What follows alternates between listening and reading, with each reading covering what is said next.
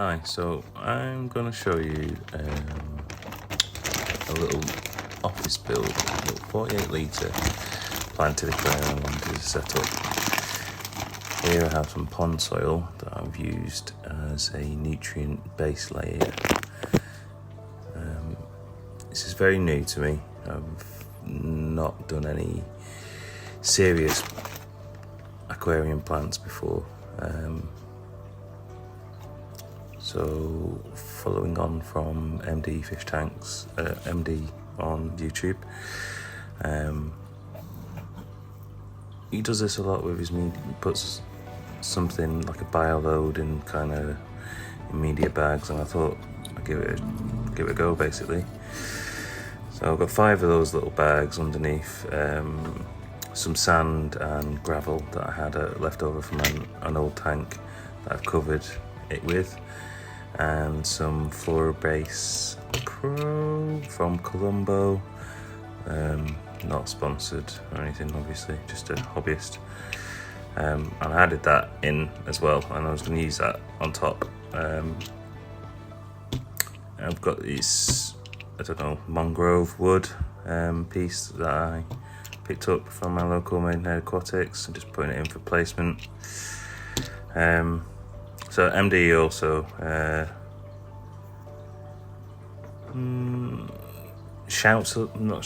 doesn't shout, but he goes on a lot about how good API products are. The root tabs in particular, to just put on top of your bags, media bags. So yeah, you just pop them on, and they've got a lot of nutrients in apparently. Reading the back of the packet, I have noticed in my main tank that some of the plants get holes in, which is a sign of lack of potassium in the water.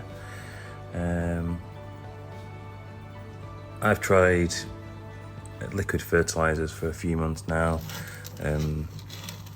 Those holes are still there. I didn't think it was going to fix that, but at least any new plants that I would put in wouldn't have that. But I've put new plants in since, and they've all got holes in as well. So I'll just try something new, give the root tabs a go. So I just put it all in.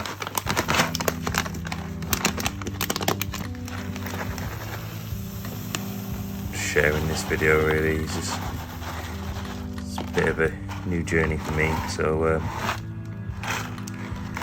doing that, I thought I'd just put it all together. So this is the Colombo Aqua Soil Flora Base Pro, shrimp friendly, apparently. I've noticed this on quite a few YouTubers' tanks, shrimp tanks in particular, planted tanks. Just place the wood in, and I got this rock from Garden Centre. Aquarium stones were quite expensive. I thought, this garden stone was like £5-6. Took a chisel and hammer to it in the garden. Spent like 10 minutes to break it up, but just hammered it, and it kind of came apart like slate really. So just popping this in for placement, seeing what it looks like. I've not done this before. I've got quote MD quite a lot in this. He just says throw it in and see what happens and see what it looks like. You always take it back out if it doesn't look right. But if it looks good, it looks good. Now I place the wood. But here's the stone, a bit of a close up. You might be able to see some of the chisel, but on the outside I had this got sort of brown layer. You can't really see on that. There you go. And I thought that looked cool with the white veins going in the middle, but as you see on the middle on that side, it's just grey really. But let's give it a shot. So there's a few touch points in there. You might have noticed earlier I've got the glue, so I just glued that in place. I didn't capture that on camera. These are some of the plants I bought, so I spent quite a bit of money on the plants. This is this is known as a culture plant, culture pot, and there it just tells you how to tissue culture plants.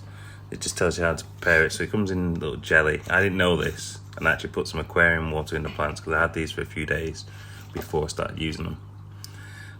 Now this is like a moss, and it's intended to go on rocks, wood, and I've just used a bit of cotton, green cotton, to tie it on.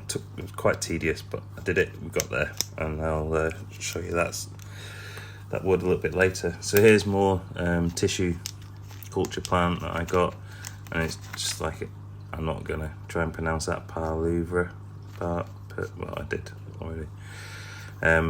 It looks like little grass. It looks like grass. So I was hoping maybe you get a little bit of a lawn going inside the tank. It's the same again. This is in jelly. You just got to wash it off underneath the tap. But I already put water in it, so that's why you see water in the pot there. Don't do what I did. But yeah.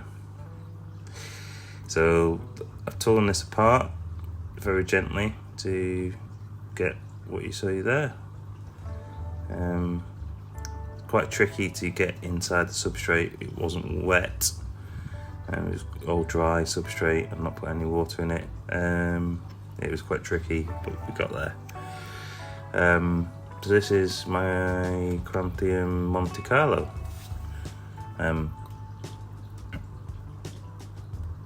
There's more plants I got as well. This is a cryptocorin. Apparently these melt when you put them when you put them in tank at first, but they come back. And 2 bucephalandras. Now I've never owned any bucephalandras, always been put off by the price. I'm too afraid to give them a shot because, well, plants inside my main aquarium haven't really survived, and I'm not really wanting to do any CO2 just because of lack of knowledge. But we'll give this a go and see what happens, and if they're not doing that too well, get some CO2. So here I'm just showing you a bit of a close-up on the bucephalandras. I think they look lovely. Green velvet's a nice green colour, and the other one has a red, pinky, purple tinge to it, and it has little flower bits in the middle. I stuck them in, I kind of wedged them inside the little crevices that I had in the wood. In this piece of wood, it took me about 30, no word of a lie, I was in the shop 30 minutes looking at all these pieces of wood. I'm just trying to find a good spot for the other bucephalandra. It might stick in there. I'm just afraid it's going to float up, but I don't want to damage it either. So you go downwards, so you just wedge it sideways. I don't know what's best for the plant. I mean, the roots need access to the water column, so I suppose, I don't know. I put the cryptocorin in, just left it in its bunch, didn't split it. Now with these pots you can split them into smaller groups, but I left the cryptocorin, the Belosa, just in one big clump, so hopefully the roots don't overcompete with each other, but they've got lots of nutrients underneath, so they should be absolutely fine. Off camera, I'm still bad filming, but I'm still trying to figure out a good way to get this bucephalandra wedged in that piece of wood without damaging it. As I said, I don't know about you, but they're expensive plants, so I just don't want to ruin it. That's alright. Put the Monte Carlo in, the Crantium Monte Carlo on the right. yeah, I just put it in one big clump. Hopefully that'll go downwards into the substrate, as it's a carpeting plant. There's a little look. Part filled the water. It's a bit cloudy for now, but have a little look at that. I've got a little bit of space at the back for the quicker growing plants. I think this is rotund something, but it's red and it's pink, so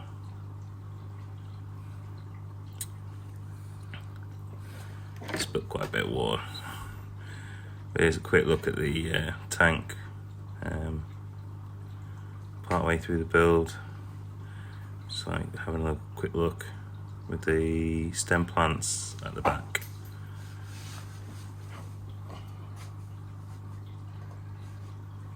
It's really bad filming here.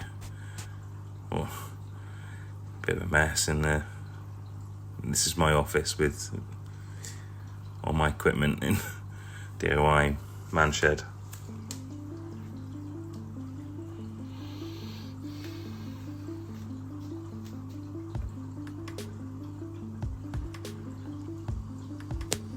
I don't know about you, but I'm quite excited for this.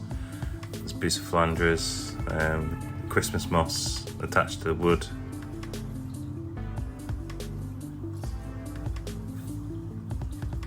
Hopefully the plants do very well in here, and so my plan in here is to get some shrimp.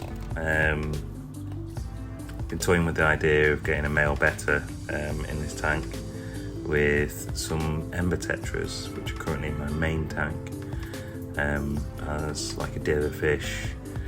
Now the betta will probably attack everything in the tank, as they do. They're very dominant, but I'm hoping with lots of plants like I've got in here, and with more growth over time,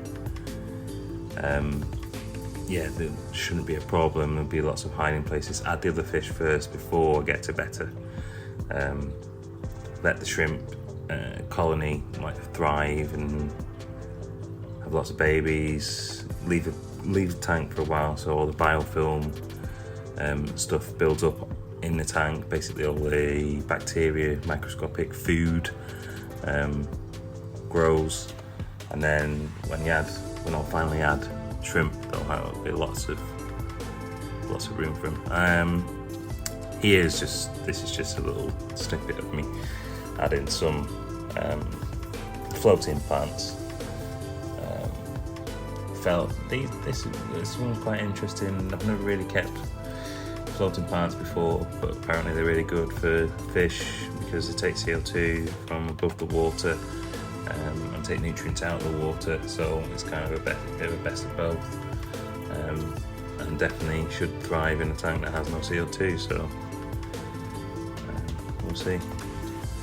They're just adding it and swilling it around because there's no filter in here at the minute. I've actually got it in my main tank. I've got a little sponge filter in my main tank just to build up some good bacteria on it, basically, for the fish long term.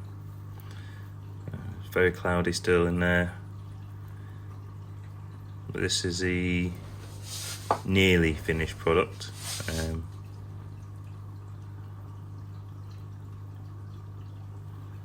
It's a Bucephalandra. This looks so nice.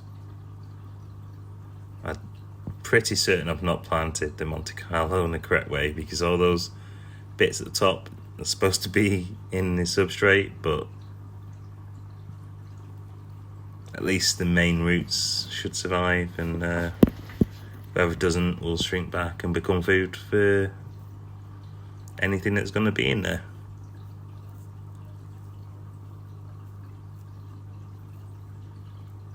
Bit of a close-up.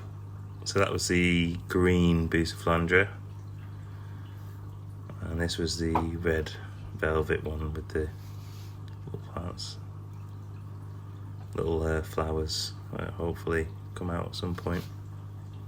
There's two little flower shoots there. I've also added some purple like water lettuce plant at the front there. I don't know what it is, but Anyway, if you've been watching, thank you. This is the finished product. For now, I'll just leave it to build up some bacteria, go through a bit of a cycle before adding some fish. I'll give you plenty of updates. Well, I'll give you some updates in the future and let you know how it's gone. Join me in the journey. Maybe learn from goods, bads. But here you go.